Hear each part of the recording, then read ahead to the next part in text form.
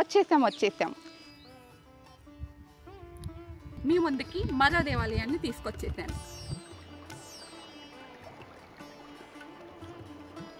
ఈరోజు మనం వచ్చింది శ్రీ శ్రీదేవి భూదేవి సమేత శ్రీ ఆదినారాయణ స్వామి దేవాలయానికి వచ్చేసామండి.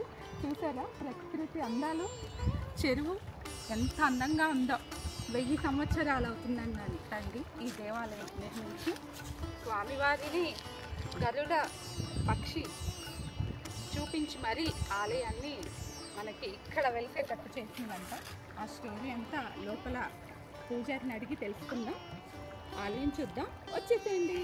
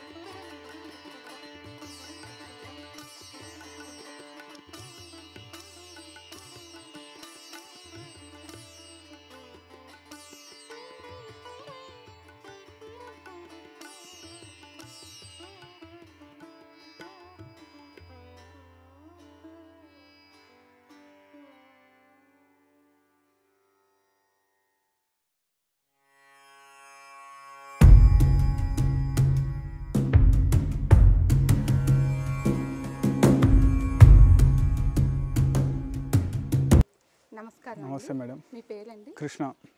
ఈ ఆలయ విశేషాలు అవి మాతో చెప్పానండి.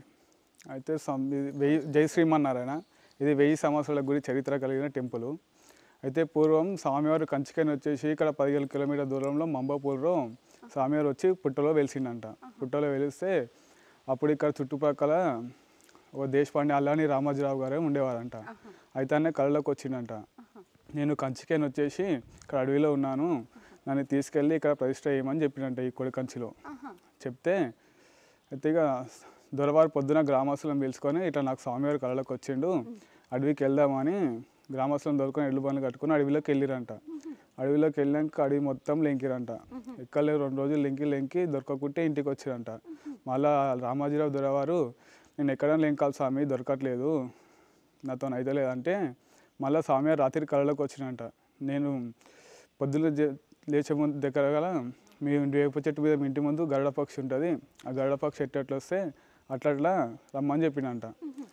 అయితే తెల్లారు లేచి చూసాక ఆ దొరవాళ్ళు లేచి చూసాకలా వేప చెట్టు మీద గరుడ పక్షి ఉందంట. గరుడ పక్షిని చూసి మళ్ళీ గ్రామస్తులందరినీ పిలుచుకొని ఎడ్ల బండ్లు కట్టుకొని ప్రయాణం అయ్యారంట. ఆ గరుడ పక్షి ఎట్లా ప్రయాణం అయితే అట్లే లేరంట. పెట్టి ఒక చెరువు పక్కన పుట్ట మీద గరుడ పక్షి వాలిందంట.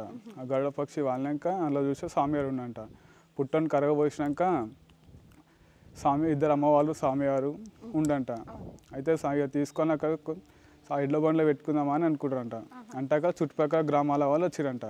ఈ ఊరు మా ఊరి కిందకి వస్తుంది, మాకు కావాలి దేవుడు అని అందరూ కొట్లాడుకురంట. చుట్టుపక్కల గ్రామాల వాళ్ళు కొట్లాడుకుంటే ఇక ఇట్టట్లేదని మాట్లాడుకొని ఒక ఒప్పందంకి వచ్చిరంట.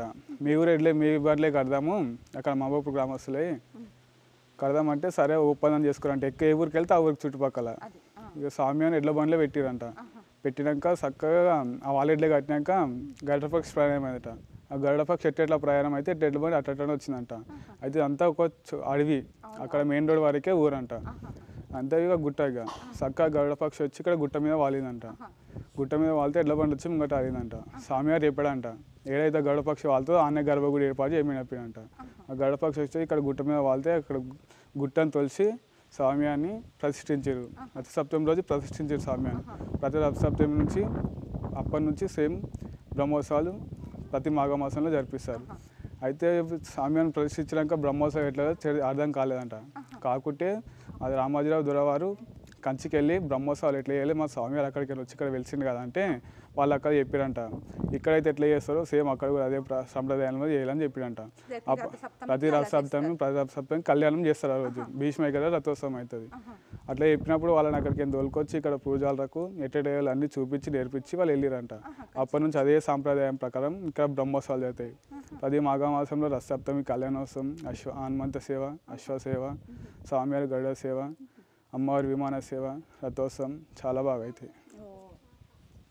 చాలా ధన్యవాదాలండి. మాకు స్వామివారి విశేషాలు చెప్పినందుకు, చరిత్ర చెప్పినందుకు ధన్యవాదాలు.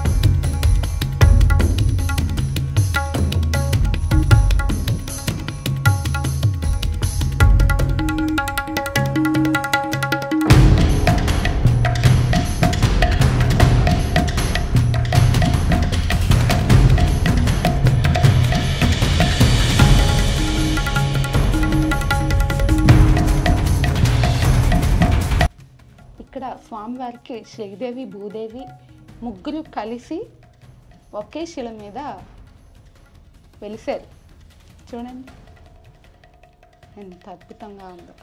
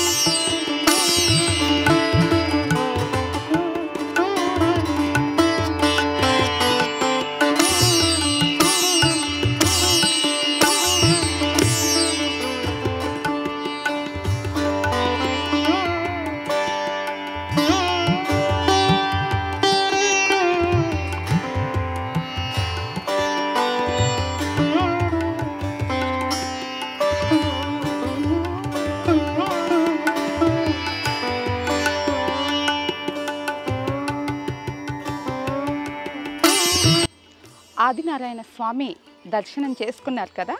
స్వామివారి దేవాలయానికి ఎదురుగానే ఇక్కడ శివుడి గుడి కూడా ఉందండి.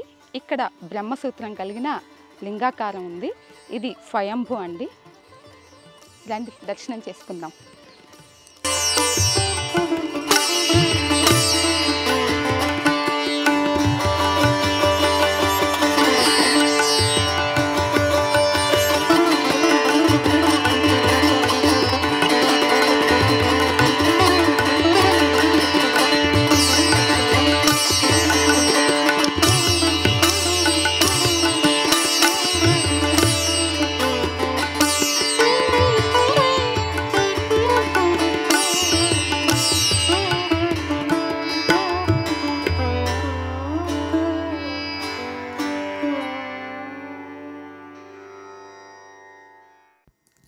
స్వయంభూగా వెలిసిన బ్రహ్మసూత్రం కలిగిన శివలింగాన్ని పూజిస్తే 1000 శివలింగాలను పూజించినంత ఫలితం ఉంటుందంటండి.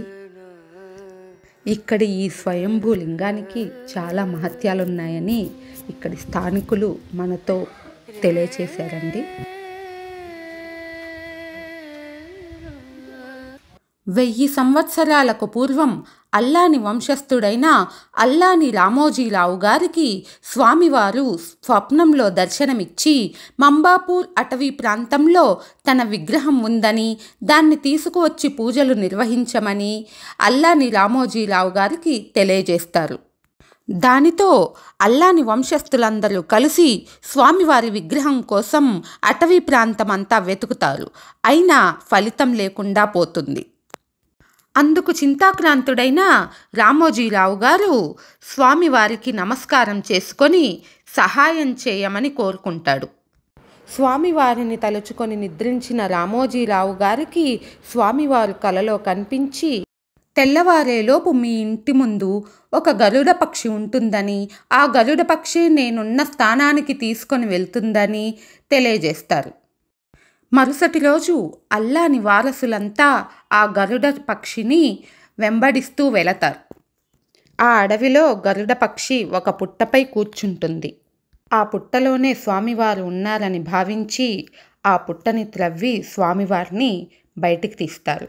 స్వామివారి విగ్రహాన్ని ఎద్దుల బండిలో కూర్చోబెట్టి తీసుకువెళ్తుండగా ఆ ఊరి జనం చూసి అడ్డగించి, విగ్రహం మా ఊరిలోనే దొరికింది కాబట్టి ఈ విగ్రహం మాదే అని అంటారు. అప్పుడు అల్లాని వంశస్థులు మాట్లాడుతూ, సరే మీ ఎద్దుల బండి మీదే విగ్రహాన్ని ఉంచుదాం, అప్పుడు ఆ ఎద్దుల బండి ఎక్కడైతే ఆగుతుందో అక్కడే ఆలయాన్ని నిర్మించాలని నిర్ణయించుకుంటారు. ఆ ఎద్దుల బండి గరుడ పక్షిని వెంబడిస్తూ వెళ్తుంది. ఆ గరుడ పక్షి ఒక గుట్ట మీద కూర్చుండిపోతుంది. స్వామివారు ఇక్కడే ఉండదలిచారు అని నమ్మి ఆ గుట్ట త్రవ్వి ఆలయాన్ని నిర్మించారు. అదే జిన్నారం, సంగారెడ్డి జిల్లా కొడకంచి గ్రామంలో ఇప్పుడు మనం చూస్తున్న దేవాలయం. అల్లాని రామోజీరావు గారికి స్వామివారికి పూజలు ఏ విధంగా చేయాలి అన్న సందేహం వస్తుంది. అప్పుడు వారంతా కంచిలో స్వామివారికి ఏ విధంగా అయితే పూజలు నిర్వహిస్తారో అదే విధంగా చేయాలని నిర్ణయించుకుంటారు.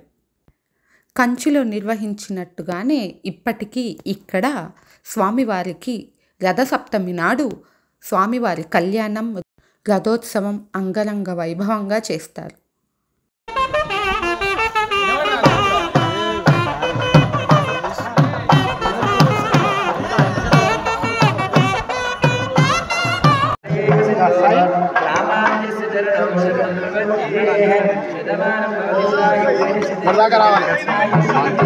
తీసుకో ఇక్కడ ఈ స్వామి అయ్యారు అయ్యా ఓ పత్తులు